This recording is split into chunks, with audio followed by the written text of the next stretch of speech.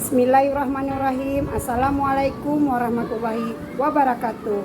Yang terhormat Bapak Fasilitator yaitu Bapak Marsus Effendi dan Ibu pengajar praktik yaitu Ibu Hafnida, dan saya sendiri Mona Lisa, berasal dari CGP Angkatan 7 Kabupaten Aceh Utara, Provinsi Aceh. Pada kesempatan hari ini saya bersama rekan saya Ibu Suryati SPD, wali kelas 2B pada SD Negeri 2 Samtali Rabayu, akan melakukan percakapan praobservasi. Selamat menyaksikan. Assalamualaikum Bu Suri. Waalaikumsalam Bu Mona. Apa kabar Bu Suri? Alhamdulillah baik. Bu Mona sendiri gimana? Alhamdulillah saya juga baik. Terima kasih Bu Surya. Oh ya, pada hari ini saya akan melakukan praobservasi pada Ibu seperti yang sudah saya sampaikan pada Ibu sebelumnya. Kalau saya akan mensupervisi di kelas Ibu ya, alhamdulillah Ibu pun menyetujuinya. Untuk supervisi akademik ini ada 3 tahapan yang akan kita lalui. Yang pertama, tahapan praobservasi, yang kedua tahapan observasi, dan yang ketiga tahapan pasca observasi. Adapun tujuan kita bersama pada hari ini, kita sama-sama berdiskusi, saling berbagi pengalaman, bertukar pikiran terkait kesiapan Bu Suri untuk melaksanakan supervisi. Dan insya Allah supervisinya besok Bu ya. Ya, semoga supervisinya berjalan dengan aman dan lancar, baik secara akademik, pengetahuan dan pengalaman selama proses pembelajaran. Untuk membuka percakapan kita pada hari ini, kalau boleh tahu nih Bu Suri, apa nih harapan Bu Suri dari pertemuan kita pada hari ini? Oh, senang sekali Bu Mona. Saya bisa berdiskusi dengan Ibu Mona. Semoga supervisi ini dapat meningkatkan kompetensi saya sebagai guru dalam proses pembelajaran yang sebenarnya. Baik, ternyata tujuan kita sama ya Bu ya? Iya Ibu. Ya, sama-sama ingin berdiskusi Iya. terkait supervisi pembelajaran yang akan kita buat besok. Nah, kira-kira nih Ibu akan menyampaikan tuh materinya apa? Insya Allah besok saya akan memberikan materi tentang lingkungan yang sehat dan tidak sehat. Baik, terkait dengan lingkungan yang sehat dan tidak sehat, apa tujuan belajar yang ingin Ibu capai? Yang ingin saya capai supaya peserta didik dapat menyebutkan ciri-ciri lingkungan yang tidak sehat dengan bahasa tulis yang tepat. Baik, saya ulangi Bu Surya, berarti yang Ibu ingin capai adalah peserta didik dapat menyebutkan ciri-ciri lingkungan yang tidak sehat dengan bahasa tulis yang tepat. Nah, kira-kira apa yang ingin Ibu kembangkan dari pembelajaran ini nih? Saya ingin mengembangkan supaya peserta didik mampu menyebutkan dan membandingkan lingkungan yang sehat dan lingkungan yang tidak sehat, sehingga mereka dapat menjaga kebersihan diri dan lingkungannya. Baik ya, jadi yang ingin Ibu kembangkan nantinya adalah peserta didik mampu menyebutkan dan membandingkan lingkungan yang tidak sehat Bu ya. Iya. Jadi dari lingkungan tidak sehat sama lingkungan yang sehat, sehingga mereka dapat menjaga kebersihan diri dan lingkungan. Ya, kalau boleh tahu apa-apa saja ya yang sudah Ibu persiapkan? RPP dan PowerPoint, Ya. terus video pembelajaran. Kalau mengenai RPP Ibu bisa koreksi, saya udah sediakan. Baik Bu Suri, alhamdulillah. Walaupun waktu kita singkat kemarin saat diskusi, ternyata Ibu sudah mengaplikasikannya dalam RPP diferensiasi Bu ya. Iya. Nah, saya lihat di sini pun kan RPP Ibu ada KSE-nya juga dan budaya positif. Nah, kita nih Bu kan sama-sama belajar ya Bu ya. Ini kalau boleh tahu nih Bu, strategi apa yang Ibu gunakan untuk mencapai tujuan pembelajaran tersebut? Saya akan mencoba beberapa metode Bu, diantaranya KSE, metode diferensiasi, dan penerapan budaya positif. Nah, baik. Untuk diferensiasi, saya akan menyediakan konten yang beraneka ragam Bu. Contohnya ya secara visual ya Bu, secara visual dengan literasi, auditori dan dengan video, auditori dengan video pembelajaran, atau kinestetik mengamati gambar lingkungan. Dan jika memungkinkan, saya suruh anak didik saya untuk melihat sendiri kondisi sekitar sekolah ini.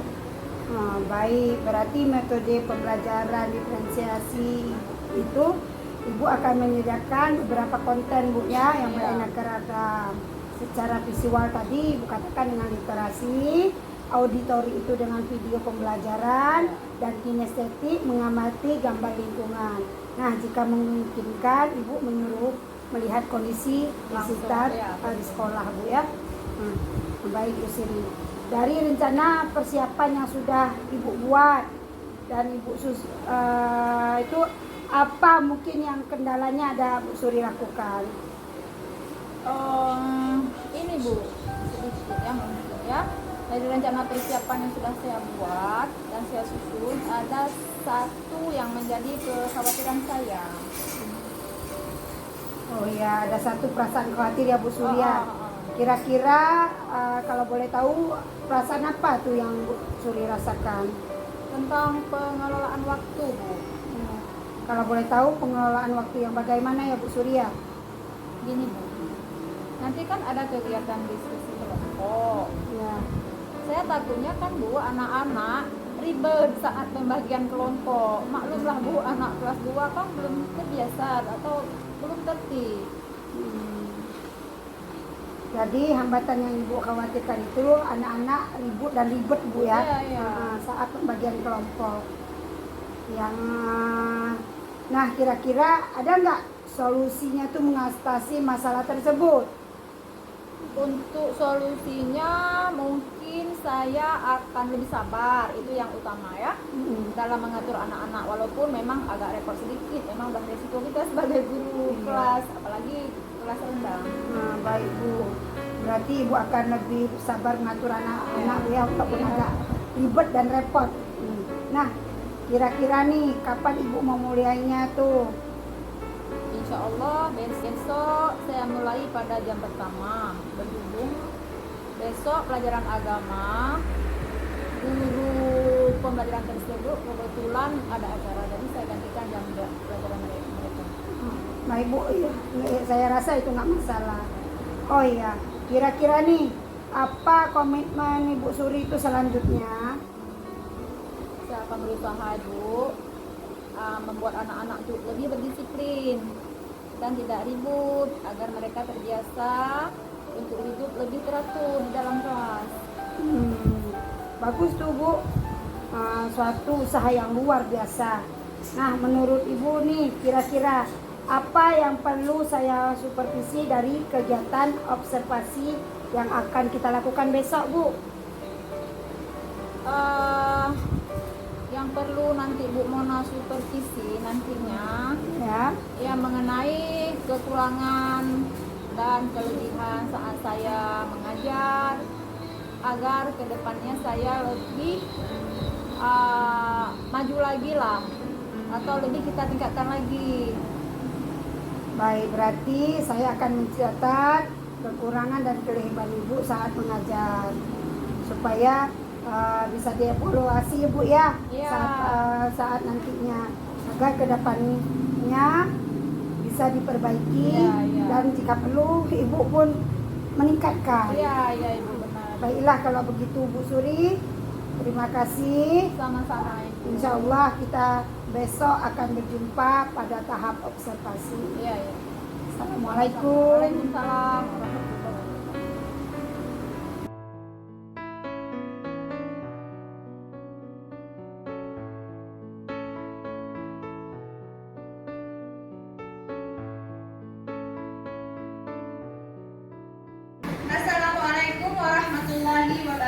wabarakatuh.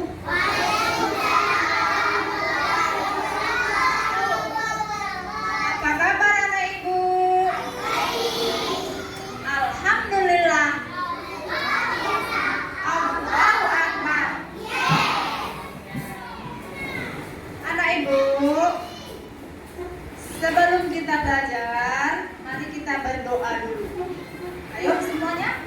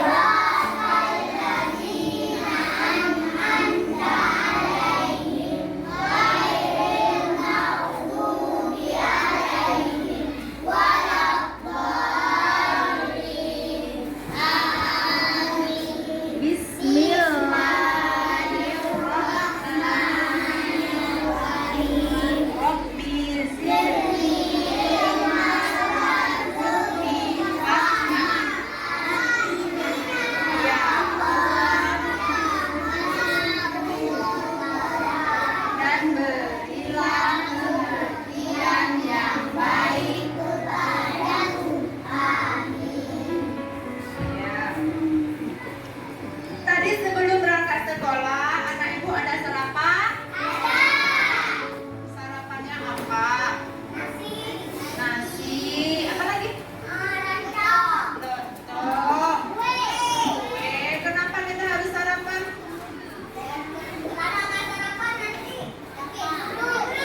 Iya, sakit perut. Supaya sehat. Kalau nggak sarapan, anak ibu nggak semangat belajarnya. Iya kan? Iya. Biar jangan tidur di sekolah, sarapan jangan lupa. Biar semangat, biar bisa belajar. Alhamdulillah. Kalau air mukanya cemberut? Coba muka senang gimana? Senyum. Senyum. Jangan lupa senyum, setiap hari harus senyum. Senyum itu sedang. Cantik nggak kalau senyum? Cantik. Kalau cemberut cantik nggak? Nggak, jelek. Karena hari ini kita mau nyanyi dulu. Mau nyanyi nggak? Biar semangat kita nyanyi lagu Garuda Pancasila. Udah bisa? Nah, sama-sama kita nyanyi ya.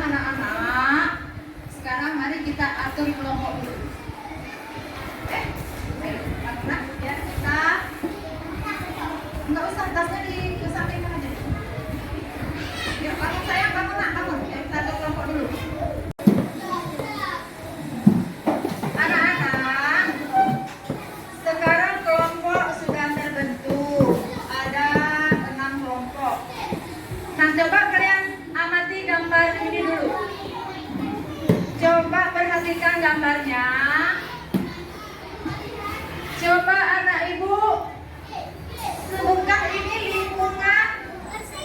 lingkungan yang bersih apa tidak bersih? Apa kotor?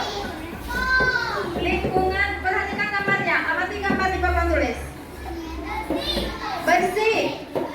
Bersih. Kenapa bersih? Karena tidak ada sampah. Iya. Sekarang kita perhatikan lagi. Nah, coba kalian amati lagi gambar di papan tulis. Ini lingkungannya tidak bersih atau kotor. Kenapa ya? Kok bisa tidak bersih? Coba kalian lihat. Karena sampahnya suka dibuang sembarangan. Sampahnya tidak dimasukkan ke dalam tong sampah. Nah, beda. Di sini ada padahal tong sampahnya.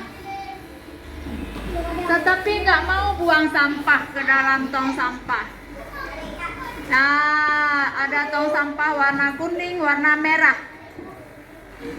Itu tong sampahnya tempat apa, sayang? Tempat kita buang sampah. Bukan dibuangnya ke parit, ke dalam got, ke dalam sumur. Kalau di rumah kalian ada sumur, ya, bukan dibuangnya. Kalau di kamar dibuangnya ke dalam bawah ranjang. Bukan, ada tempat sampah. Kalau di rumah ada keranjang sampah. Nah,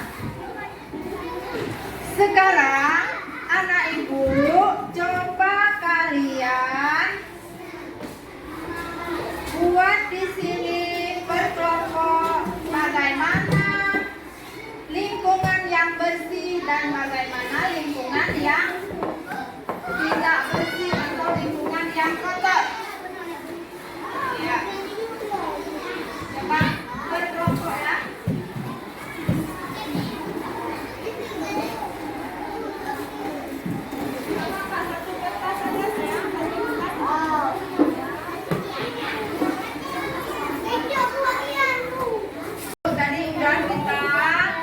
Membedakan yang mana lingkungan bersih dan sehat dan yang mana lingkungan yang tidak sehat, ya, yang tidak bersih dan tidak sehat. Coba kalian perhatikan dulu ke papan tulis. Halaman rumah yang umum harus dibersihkan. Disadari atau tidak, halaman rumah terkadang jarang diperhatikan. Sampah berserakan. Tanaman bunga juga jarang disiram. Tanaman bunga menjadi kering dan banyak yang mati. Sampah-sampah harus disapu dan dibuang ke tempatnya. Jika perlu, sampah harus didaur ulang. Salah satu hasil daur ulang adalah pupuk kompos. Tanaman bunga harus disiram setiap hari. Pot bunga harus tersusun rapi. Halaman rumah akan terlihat rapi dan asri. Nah, anak ibu, di antara yang ada di sini, adakah di rumah kalian rumahnya rapi, rumahnya bersih, bunganya disiram setiap hari? Ada? Ada, alhamdulillah. Nah, anak-anak, pembelajaran kita hari ini telah selesai. Adapun kesimpulan yang bisa kita ambil hari ini, di dalam lagu terdapat tekanan, yaitu tekanan kuat dan tekanan lemah. Lingkungan tidak bersih menyebabkan banyak kuman dan sarang penyakit. Oleh karena itu, mari kita jaga kebersihan lingkungan. Anak-anak, mari kita dengarkan musik ini. Pejamkan mata kalian. Tarik nafas dari hidung, keluarkan dari mulut.